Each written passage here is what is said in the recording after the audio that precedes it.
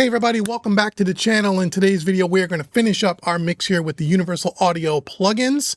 This is part 5, where we're going to take a look at some of the reverbs and delays used on the instrument and the vocals. And then we're going to do a quick little massage to quickly dial it in, take a listen to the reference track, show you a couple of things that I did, and kind of button this mix. So if you missed parts 1, 2, 3, and 4, links will be in the description box below. Check it out. I want to thank once again Burst and Bloom. The song is Take It Back, allowing us to use this on YouTube. Also, again, the Black Salt Audio Boys and Hardcore Music Studios, the YouTube channel. Again, I've said in parts 1 through 4, if you are a subscriber to the Black Salt Audio plugin bundle, you also get access to their academy, and in the academy, they got some great training on production, mixing, mastering, all of that, and they have a slew of really cool multi-tracks that you can use for your portfolio, for your mixing practice. Link will be in the description box below. That's where this session came from. I am not affiliated with them in any way, shape, or form. They don't know I'm making this video. And I have their plugins. I've done plugin demos for them before, so I have access to the academy, and I just dug the song and I thought it was great. Now, having said that, I am not monetizing this video series at all because I don't want to get any copyright strikes on YouTube for using this song, because I'm not sure if I really am supposed to use it or not, and I certainly don't want to collect any money. If there's anything to be collected, it should go to the band. However, because I'm not monetizing this video, if you enjoyed this series and you want to support what I do here, I'd be very appreciative if everybody left a super thanks. $1, $1 super thanks allows me to continue to do more video series like these on YouTube, which I typically do not do. So that would be greatly appreciated. Thank you so much. Thank you, Black Salt Audio. Thank you, Hardcore Music Studios. Thank you, Burst and Bloom. And thank you for watching. Here we are in Studio 1. Okay, so in an effort to save time, because I know by part 5, compared to part 1, the views really drop off here. So I kind of pre-did this, and I'm going to walk you through what I did. So we're talking about effects. Okay, so let's just play back the verse and the chorus where we kind of ended up, and then I'll take you through some of the instrumentation and some of the Universal Audio reverbs and delays I used. So here we go. So here's a little bit of verse and chorus of this tune. This time last year we were looking up, but we were grasping at straws, so hopefully for the last time this year I'll be asked to stop by total strangers at a party who think I'm too drunk to have this conversation. I'm not sorry. I take it back, take it back. Okay, I'm ready to go. I take it back, take it back. That's right, I already know. Step 1 and the damage is done. 2 and 3 before finally it's me. I can never take it back.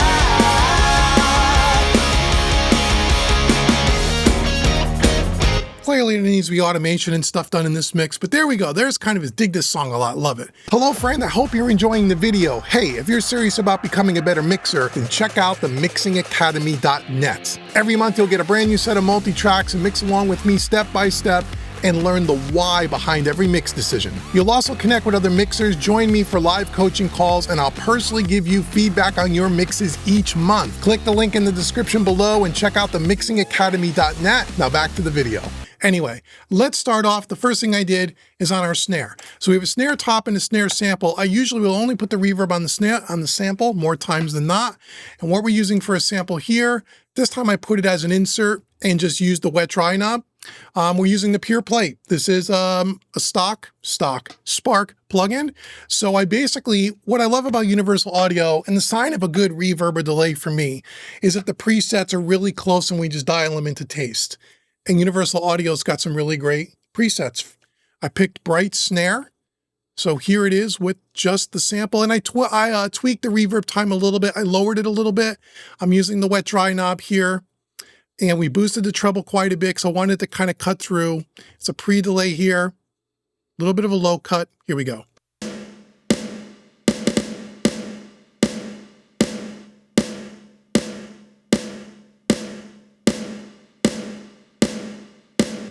Sounds really great. So the sample already had some reverb on it, and I enhanced it a little bit here. So if I play back in the mix and kind of take it away, it's going to be subtle, but I'll let you listen. Listen to the snare. This time last year we were looking up, but we were grasping at straws, so hopefully for the last time this year I'll be asked to stop by total So I just wanted to kind of just give it, again, just a little bit of size. Now, when I'm using reverbs and delays, especially in a more modern track like this, I don't want you to hear a bunch of reverb. I just want to give the track a little bit more dimension, a little bit more size. I don't want you to hear it and go, wow, listen to all that reverb. I try to use the reverbs and stuff in a subtle way. That's just the way I like to mix, especially when I'm working on more modern stuff. If you're doing more 80s kind of stuff and that's kind of the vibe, that's a little different. But anyway, that's the Pure Plate. Great plugin, great plugin. The next thing I did is I did the guitars, because we've already talked about when we did the drum section, we have Sound City on the rooms to give that live studio kind of feel. On the guitars. So on the guitars here, all the guitars went down to an effects track here.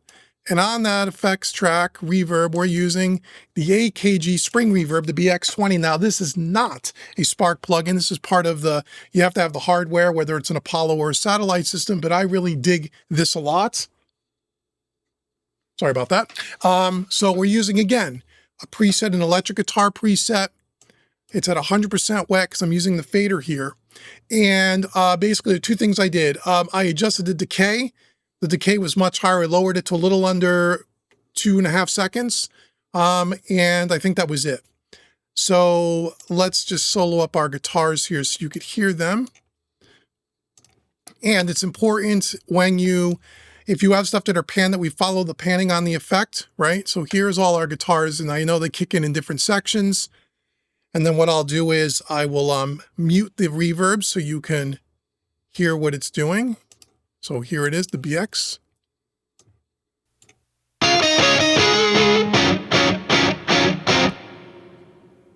Beautiful spring. I'll turn it off.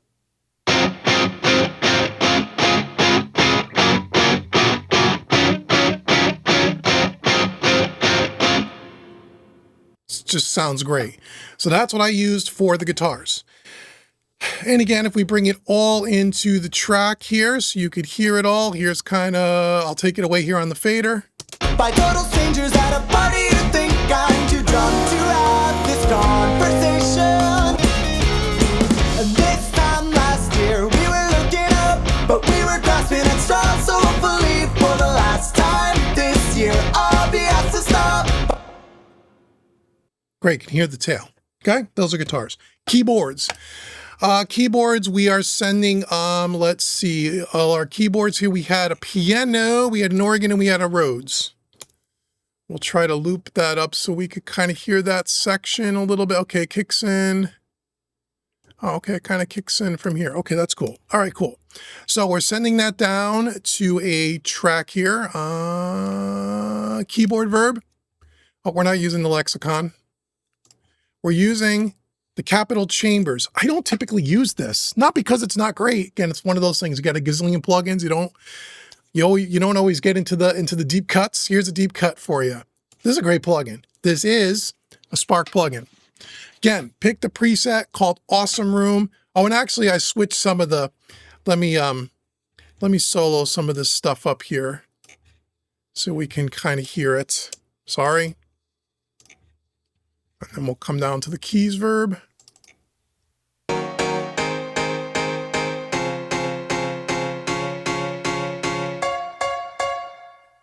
Sounds great, right? Here's without it.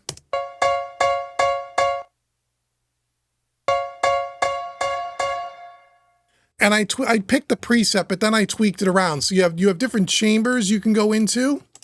So I'll let you kind of hear what that sounds like. Hello friend, I hope you're enjoying the video. Hey, if you want to learn more about working with channel strips and how to turn your DAW into an analog studio workflow, check out my new course, Mixing with Analog Style Plugins Made Easy, the 2025 edition. You'll be mixing faster with far less plugins and processing, and your mixes will sound way more consistent from project to project. And right now you can get a 25% discount by using the coupon code YouTube25 at checkout. All the links are in the description box below. I'll see you inside the course. Now back to the video. We're on this one here, and you can also change the microphones.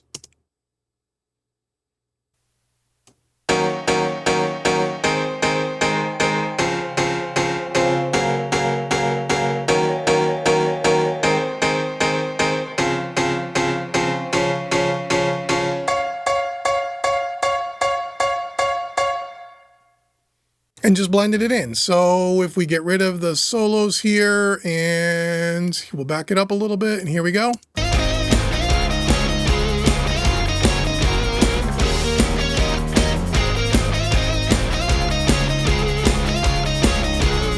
This time last year we were looking up, but we were grasping at straws, so hopefully for the last time. Again, it just gives everything a little bit more depth and a little bit more dimension. That's all. Really cool vocals. Okay, so we have our vocal tracks here, and we have, oops, where are we? In red. Lead vocal, all the lead vocals. So the three main lead vocal tracks, the lead vocal, the chorus kind of doubling, and then the lead vocal 2.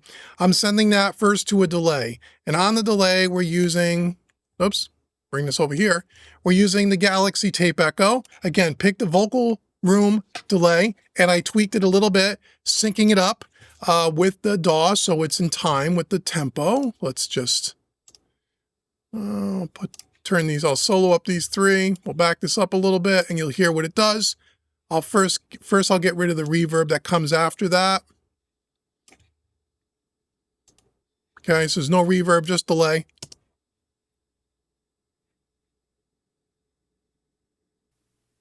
And this time last year we were looking up, but we were grasping at straws, so hopefully for the last time. This year I'll be asked to stop by total strangers at a party who think I'm too drunk to have this conversation. Okay, now from there we're going to an lexicon reverb. We're sending the delays into the reverb. We're using the 224, again, Spark plugin, and I believe the Tape Echo is also a Spark plugin, right? No subscription required. So I'm sending we're sending from there into this delay, again, a thickening vocal plate, slightly tweaked. And here we go. This is what this sounds like with the reverb. And this time last year we were looking up, So it's just a nice little plate.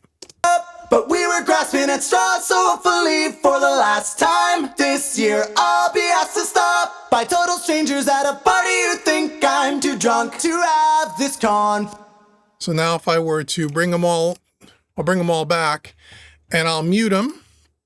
I'll mute the reverb and the delay here so you can hear the difference before and after. Here's with it. Last year we were looking up, but we were grasping at straws, so hopefully for the last time this year I'll be asked to stop by total strangers at a party who think I'm too drunk to have this conversation. I'm not sorry. I take it back. Okay, now if I take away all the effects, here's without it. We'll play from that verse into that chorus and I'll bring them in and out. And you should hear a little bit, again, over YouTube, I'm not quite sure, but you should hear a little bit of size and a little bit of thickness coming in, and just makes the whole track sound a little fuller, a little more front to back, gives everything a little bit more space. Reverb and delay, right? Here we go.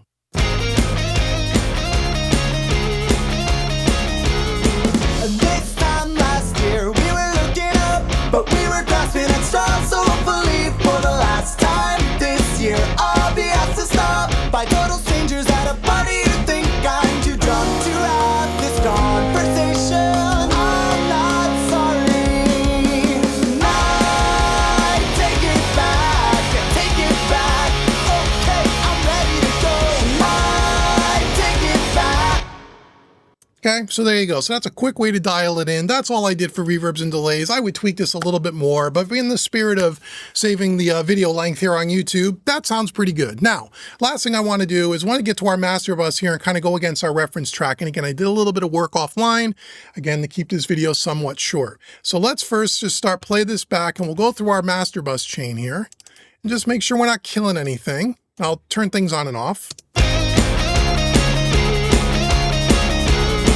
This time last year we were looking up, but we were grasping at straws, so hopefully for the last time this year I'll be asked to stop by total strangers at a party who think I'm too drunk to have this conversation. I'm not sorry.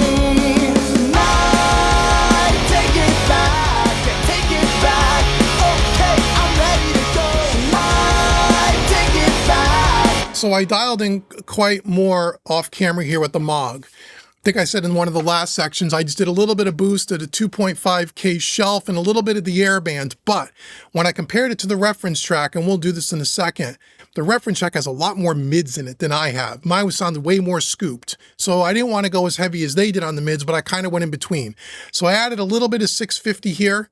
Again, just like 1 dB. And then I added some more low end because I just thought it was appropriate because I like low end. A little bit of sub, a little bit of 40.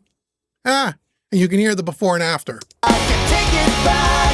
That's right, I already know. Step one and the damage is done. 2 and 3 before it finally hits me. I have to get this EQ in hardware. It's the only thing, one of the plugins I use all the time, and I wish I had a hardware version of it, and I don't. I got to get one. I just love this thing. I don't use it every single mix, but when I need to just kind of shape things and get it dialed in, this is a great one.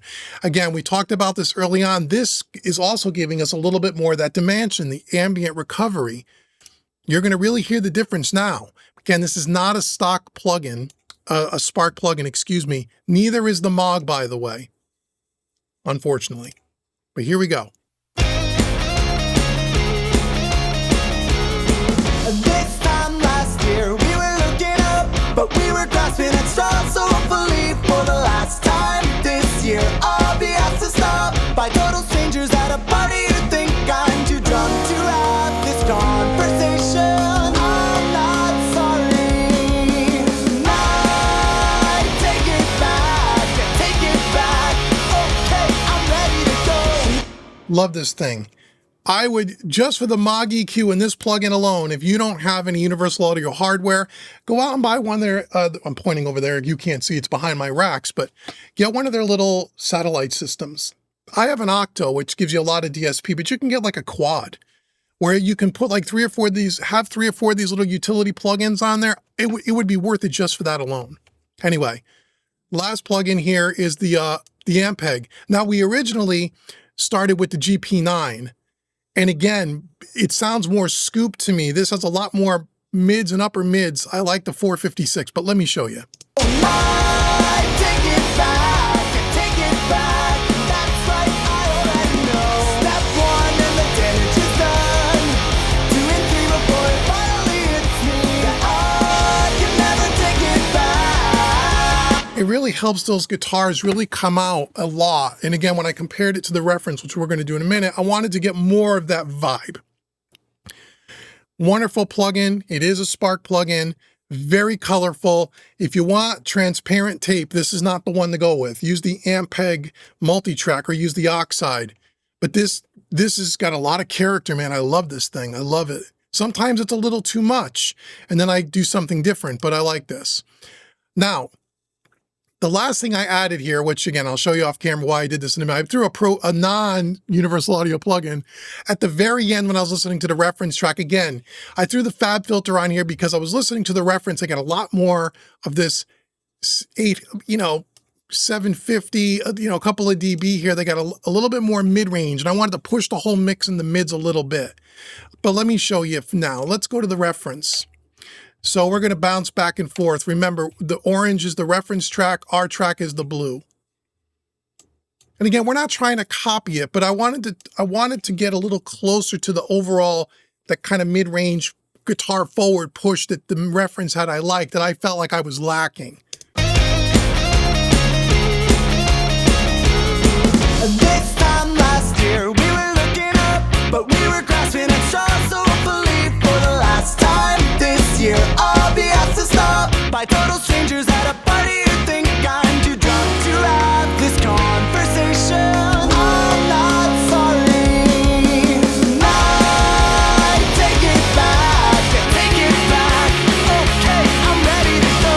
I take it back, take it back. Now we have more. I'm going to take away those EQ cuts in a second, those EQ boosts in a second to show you the difference. But what I like about this mix that we're doing together here versus the reference, again, I like it because it's got that mid-range thing now, not exact, but closer. But our mix sounds a little bit more open, a little bit more dynamic, and it seems a little bit more punchy, a little bit more aggressive. which I like. Not that I didn't like I didn't like the reference. I did. Hello friend, I hope you're enjoying the video. Hey, I got a 90-minute mixing course that is perfect for beginners, and I want to give it to you right now absolutely free. Go to homerecordingmadeeasy.com. The link is in the description box below and download it today. No fancy plugins, no expensive gear. I'll show you how to get fantastic sounding mixes using only the stock plugins that come with your DAW. Mac or PC, any DAW works. Don't wait, this will seriously jumpstart your mixing and get your skills to the next level. I'll see you inside the course. Now back to the video. I just wanted to do something, wanted to feel a little bit more full, a little more front to back. Our vocal's a little bit wetter than their vocal is, but I just wanted to find something where, like, we took their mix and kind of just made it a little bigger, a little wider, a little more depth, and just a little bit more exciting, but still kind of respecting the overall sonic characteristics without trying to copy it. You know what I mean? That's right, I already know. Step one and the damage is done.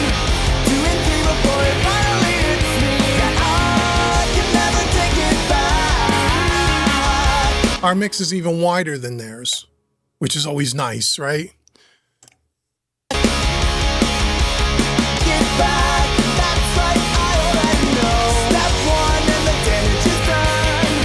2 and 3 before it finally hits me. Yeah, I can never take it back. Even though visually on the graphic, it looks like our mixes are about the same width, but when you go to the reference, it seems like it closes in a little. Ours gets a little bit up and the guitars lift a little bit more. Again, it's all personal preference. I'm sure half of you will write a comment and say you hate my mix, and the other half of you will say you like it. And it's all subjective, right? And again, I dialed this in pretty quickly in these 5 parts in the spirit of it's a YouTube tutorial. If I was doing this for real with a client project, we would be spending a lot more time, being a lot more thoughtful. And we do that in my courses. So go check out, you know, the hybrid mixing courses or the mixing with analog style plugins made easy course, where we spend 10 hours going through all the different, you know, iterations of this. Anyway, so let me take away this Pro Q3 here. Okay. And now go back to the reference and listen to the difference.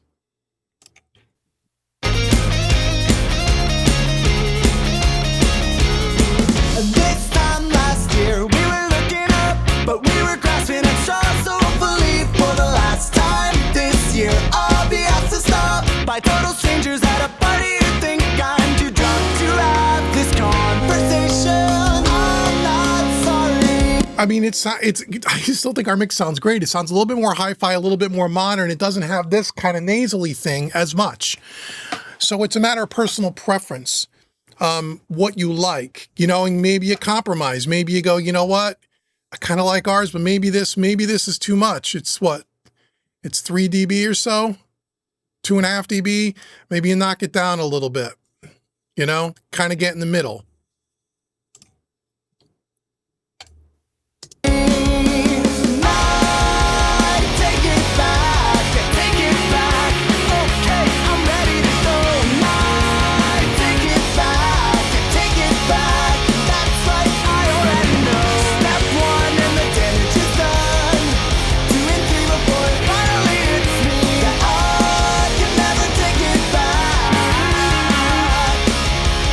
More top end presence and bite on our guitars.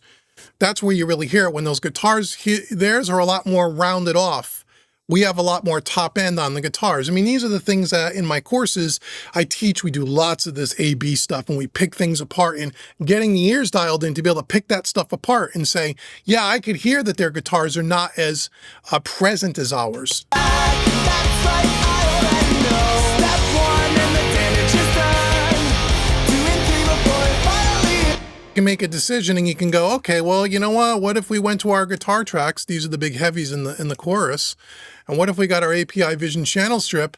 You know, we boosted some 5K there. Maybe we take out that 5K boost.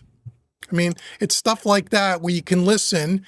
And again, the goal is not to copy the reference track. That's not our goal, to copy somebody else's work. But for training purposes and learning how to dial your ears in so you can make these decisions on your own, I highly recommend that you do exercises where you try to copy the reference. as close as you can get to it. Now, the tools are different, so it's never going to sound exactly the same, but trying to get the same vibe and feel, because that'll help train your ears. So now without that 5K boost, That's right, I already know.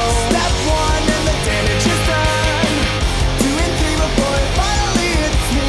I can never take it back. better, but we have more than just those two guitars, right? There's more kicked in the chorus though than that. I can take it back. That's right, I already know. Step one and the damage is done. 2 and 3 before it finally hits me. I can never take it back. This one we didn't do anything to. Interesting.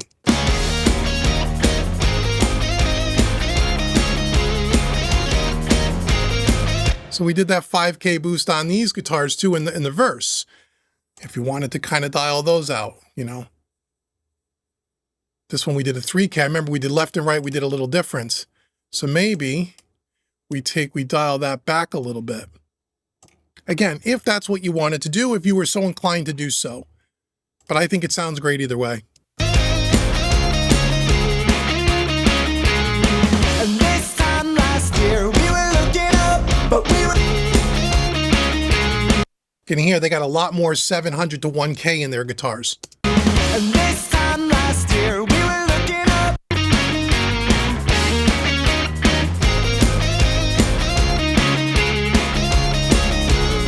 And this time last year we were looking up, but we were grasping at straws. So hopefully for the last time this year I'll be asked to stop by. Our mix has a lot more of this happening, which I like. I wanted that. I said that at the drum video. It punches more. It's got a little bit more boom, boom, boom, a little more pop. To me, you know, leave comments below. Let the haters begin. But I think both sound great. I'm not knocking their mix at all. I'm trying to convey what I hear in the room. Hopefully you'll hear it over YouTube, and then you make decisions on your own on what you want to do. Both mixes sound great. Now remember, I'm dealing with a final mastered copy, the reference track. I haven't done any automation or anything like that. So the fact that we're even in the ballpark before we did the finishing touches, if it was a client project, is a really good sign. By total strangers at a party. You think I'm too drunk to have this conversation? I'm not sorry. I take it back, take it back. Okay, I'm ready to go.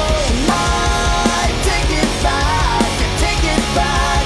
That's right, I already know. Step one and the damage is done.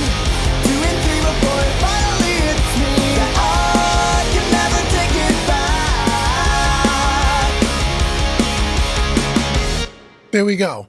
So that is it for this 5-part series working with Universal Audio plugins plus one FabFilter plugin. I hope you enjoyed this series. Again, leave comments below. Let me know if you want me to do more series like these in the future. This is the second one I've done. I did the SSL native and I've done the Universal Audio stuff.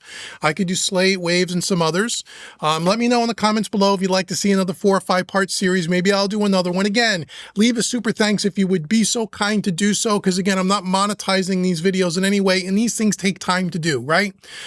If you want to go even deeper than what we've done here on YouTube, and you really want to get inside a lot of this critical listening and ear training and really dialing things in with automation and session prep and all of that, check out the courses on my website at homerecordingmadeeasy.com. If you've never been there before, download the free course, take that free beginner's course, then go in the description box below, get the coupon code YouTube25, and you could take that and use it on any course on my website. It'll take 25% off. And we have everything from beginners, intermediates, advanced. For stuff like this that we're doing in this series, I would recommend Mixing with Analog Style Plugins Made Easy. If you really want to learn how I deal with a client project, even though I'm working more hybrid and analog, check out the Mixing Hybrid courses. They're fantastic. If you like these conceptual kind of things and listening and picking things apart and doing that kind of stuff, the Mixing Hybrid courses are great. So again, thank you to Burst and Bloom. What a great song. And again, thanks to the Black Salt Audio Academy for providing these tracks. I really appreciate it. Again, go show them some love. They're great people over there. And they make great plugins, the Black Salt Audio stuff. And I think that's it. Like, share, subscribe, show some love. And until the next series, where we do some more mixing here on YouTube, I've been Dave with homerecordingmadeeasy.com. Thank you so much for watching, everybody. I'll see you guys in the next video.